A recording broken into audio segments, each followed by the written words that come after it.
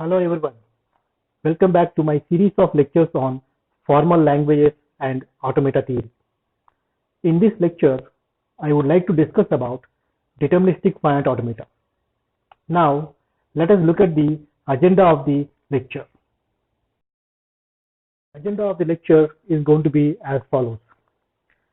We start with the introduction of the finite automata. We then move on to the definition of deterministic finite automata, which is also called as DFA in short. We then move on to understanding the transitions of deterministic finite automata, where the automata moves from one state to another state, taking some input. We then look at the different notations of deterministic finite automata. We then extend the transition functions which exist for symbols to strings. We then discuss about the language that is accepted by a deterministic finite automata, and finally we move on to an example and we close the session. Coming to the introduction of finite automata, there are two different types of finite automata, namely deterministic finite automata and non-deterministic finite automata. Deterministic finite automata is an automata where the automata takes an input and moves to one state. Non-deterministic finite automata is a finite automata where the automata takes an input and moves to zero or more number of states. That is the difference between deterministic finite automata and non-deterministic finite automata. The two different types of finite automata have the same power, but the applications where these two finite automata are used is different. Deterministic finite automata can be used for hardware and software implementation, whereas the non-deterministic finite automata can be used for efficient description of the applications of finite automata. From now on, in this lecture, we will be discussing about deterministic finite automata only. So now we'll move on to the definition of deterministic finite automata. Definition of deterministic finite automata. A deterministic finite automata, or DFA, is a 5-tuple automata, which means that there are 5 elements in the automata. The first one is a finite set of states Q. The second one is a finite set of input symbols sigma. The third one is a transition function delta. Because delta is a function, it maps from one set to another set. Here delta, the transition function, maps from capital Q, which is the set of states, Q cross sigma, which is the set of input symbols, to capital Q. Let me repeat.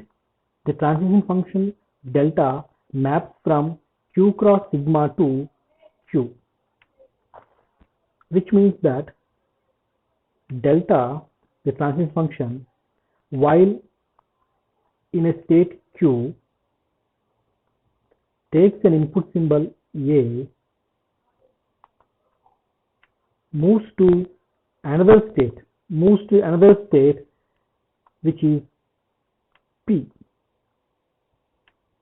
So the finite automata, or the deterministic finite automata, moves from one state to another state on input symbol.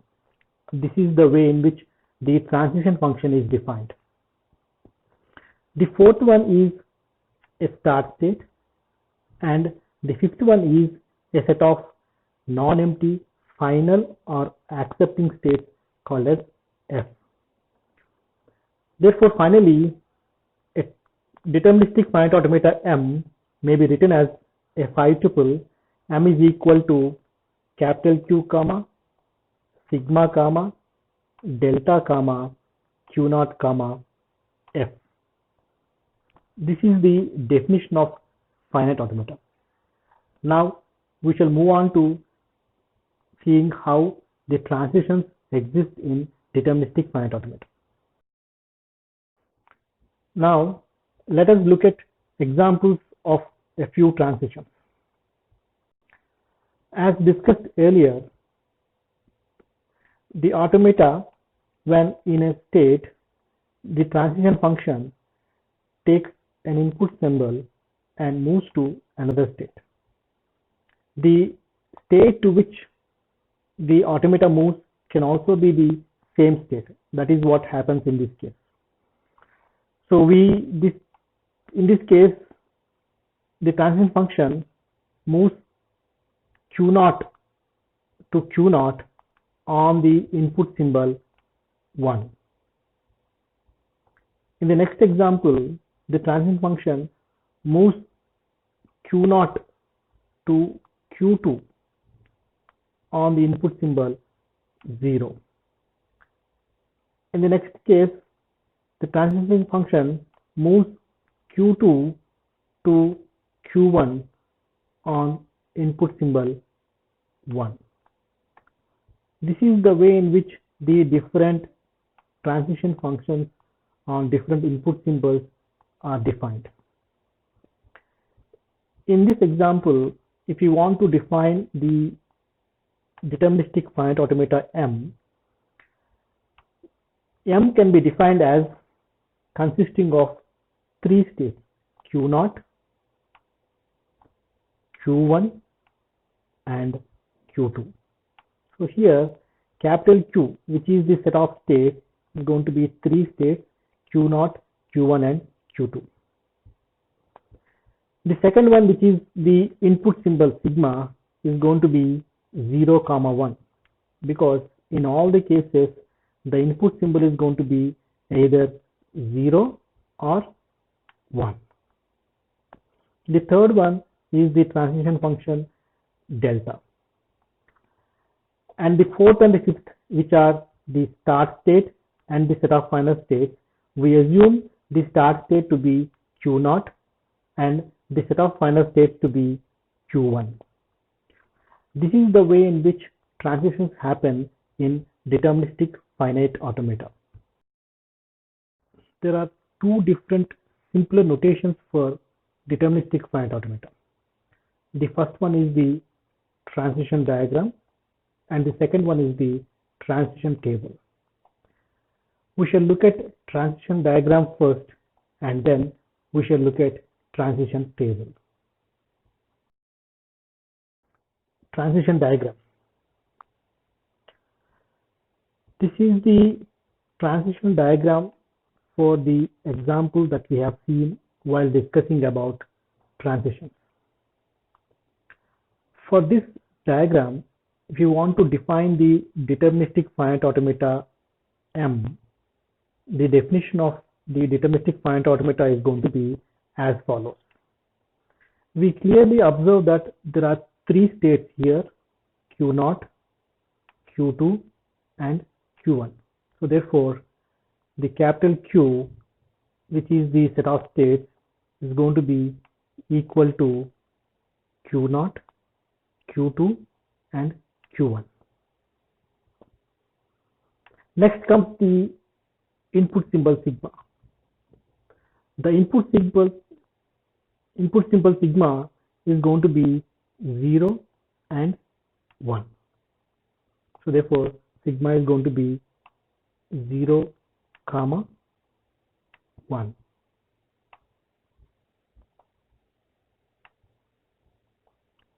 The third is the transition function delta. I'll come back to it in a minute. The fourth is the start state. The state to which an arrow is pointing like this is the start state. Okay, this is the way in which the start state is represented in a transition diagram. So therefore Q0 is the start state. Then comes the set of final states. All the states which have two circles, 1 and 2, are the states which come under the set of final states. In this case, only Q1 has two circles. Therefore, the set of final states is going to be Q1.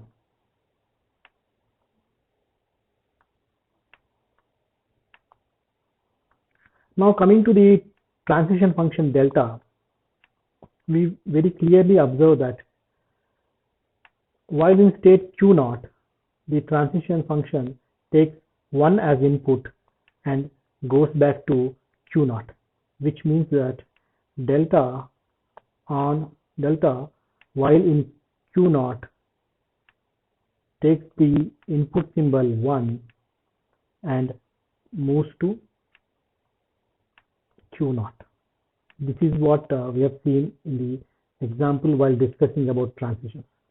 Similarly, Q0 on taking 0 moves to Q2. Q2 on taking 0 moves to Q2. Q2 on taking 1 moves to Q1. Q1 on taking 0 or 1 moves to Q1. This is the way in which a transition diagram is represented. Transition table. This is the transition table for the same example that we discussed earlier. The states Q0, Q1 and Q2 represent the set of states capital Q in the deterministic finite automata. The input symbols 0 and 1 represent this input symbol, which is going to be sigma, set of input symbols which is going to be sigma. The state with the arrow mark is the initial state or the start state. The state with the star symbol is the final state. And all these states that we have, they represent the transitions. As we have seen earlier, the transition function delta, while in state Q0, takes the input symbol 1 and moves to Q0. This is the same example that we have seen earlier. Similarly, Q0 on 0 goes to Q2, Q1 on 0 goes to Q1, Q1 on 1 goes to Q1, Q2 on 0 goes to Q2, and Q2 on 1 goes to Q1. This is the way in which the transition table is represented. Now, we shall extend the transition function which is defined on symbols to strings. Let us assume X is a string and X consists of symbols A1, A2, so on up to AN. And delta is a transition function such that delta, while in state P, takes the symbol A1, goes to state Q1, while in state Q1 takes input symbol A2, goes to state Q2, and so on. Finally, while in state Qn-1 takes the input symbol An and goes to state Q. Now, at each state, the transition function has taken a symbol and moved to another state. So now we define delta hat, which is an extended transition function for strings, as delta hat of P, which is the state where we started while taking the first symbol of X as input. Delta hat of P on X. X means the string consisting of A1, A2, so on up to AN, is equal to Q, which is the last state that we have reached after reading each input symbol A1, A2, so on up to AN. This is the way in which the transition function is extended to strings. Now it is time to define the language of a deterministic finite automata. As we discussed in the previous lecture, the language of a finite automata consists of strings. Therefore, the language of a deterministic finite automata M is defined as L of M. L of M means language of M is equal to set of all W. W is the set of all those strings.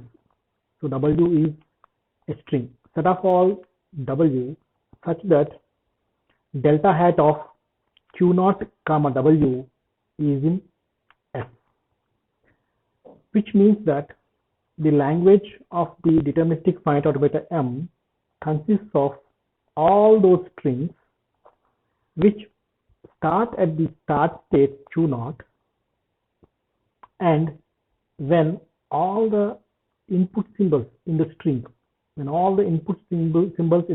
are completed, it reaches one of the states in the final state or one of the final states. Then the set consisting of all those strings is called as the language that is accepted by the deterministic finite automata, or L of M. If a language L is L of M, or a language that is accepted by a deterministic finite automata, then we say that L is a regular language. This is the way in which the language of a deterministic finite automata is defined. Now let us look at an example. For this example, the set of input symbols is going to be 0, 1, which means sigma is going to be equal to 0, 1. In this example, we are trying to construct a deterministic finite automata for a language. The language for which we are trying to construct a deterministic finite automata is set of all W. It means set of all those strings such that W is of even length and begins with 0, 1. So now first let us try to categorize all the strings consisting of zeros and ones into two categories. One, those which need to be accepted by the machine, and those which should not be accepted by the machine. So first, if I take a string 0, then it is not going to be accepted by the machine. If I take a string 0, 1, then it is going to be accepted by the machine. So this is the set which is going to be accepted, and this is a set which is going to be not accepted. Then if I take a string 0, 0, then it should not be accepted by the machine. Then if I take a string 0, 0, 0, it should not be accepted by the machine. If I take a string 0, 1, 0, 0, it must be accepted because it starts with 0, 1 and then it is of even length. Similarly, the strings which are going to be accepted are going to be 0, 1, 0, 1. Then 0, 1,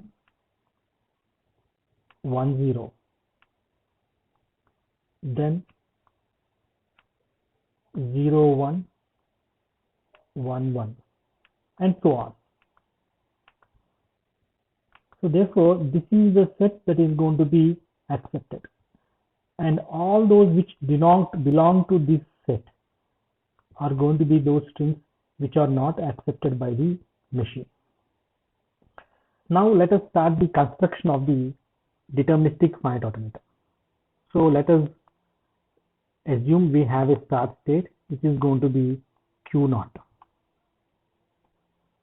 Because I am drawing a transition diagram for this deterministic finite automata. Because Q naught is the start state, we have an arrow pointing at Q naught. So this is the initial state. So let us assume if I take a 0 from here, I go to a state called as Q1.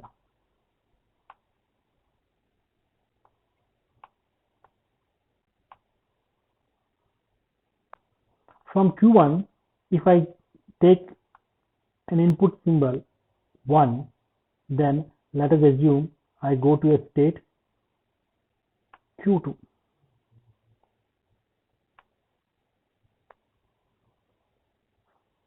Now 0, 1, it belongs to the set. It belongs to a set that is going to be accepted by this deterministic finite automata. So therefore, the state Q2 must be a final state. Therefore, I draw two circles for this state Q2. So now, if I take a 0 or 1 in Q2, then that is not going to be accepted.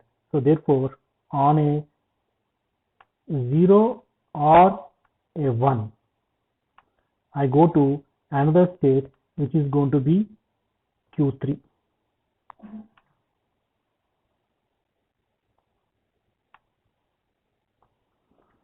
Now from Q3, if I take a 0 or a 1, then the string is going to be of even length and it has started with 0, 1. So therefore, it should go back to Q2.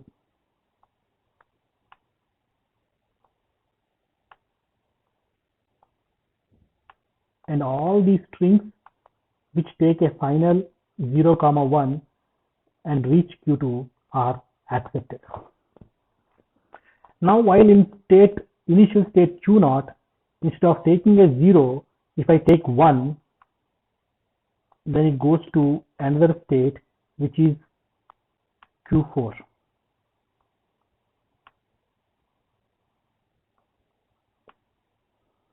Now while in state Q1, instead of taking 1, which leads to the accepting state, if it takes 0, then it goes to Q4,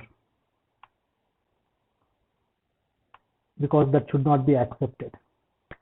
And from Q4, if either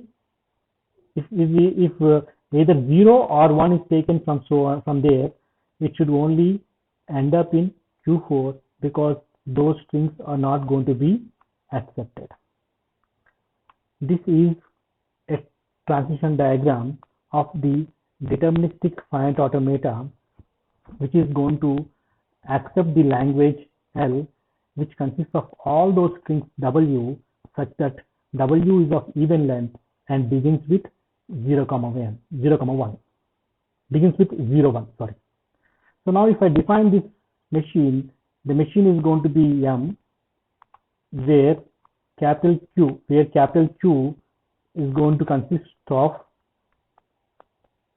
the states Q0, Q1, Q2, Q3 and Q4. Then sigma is going to be equal to 0, 1. Then the transition function is defined in the diagram as we have seen earlier. Then the initial state is going to be Q0, and the set of final states is going to be consisting of only Q2. This is the way in which a deterministic finite automata can be constructed for the given language L. This is the diagrammatic representation of the deterministic finite automata which we have just constructed, and it consists of all the transitions that we have just discussed.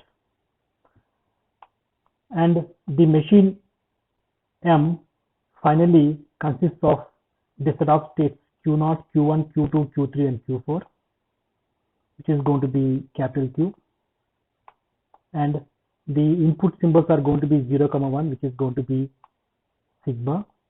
The transition function delta is here, which is defined in the diagram that we have seen here. Then Q0 is the initial state and Q2 is the final state. This is the way in which we construct a deterministic finite automata for a given language. With this, we come to the end of the current lecture, and I will come back with my next lecture very soon. Thank you very much for listening to the lecture patiently.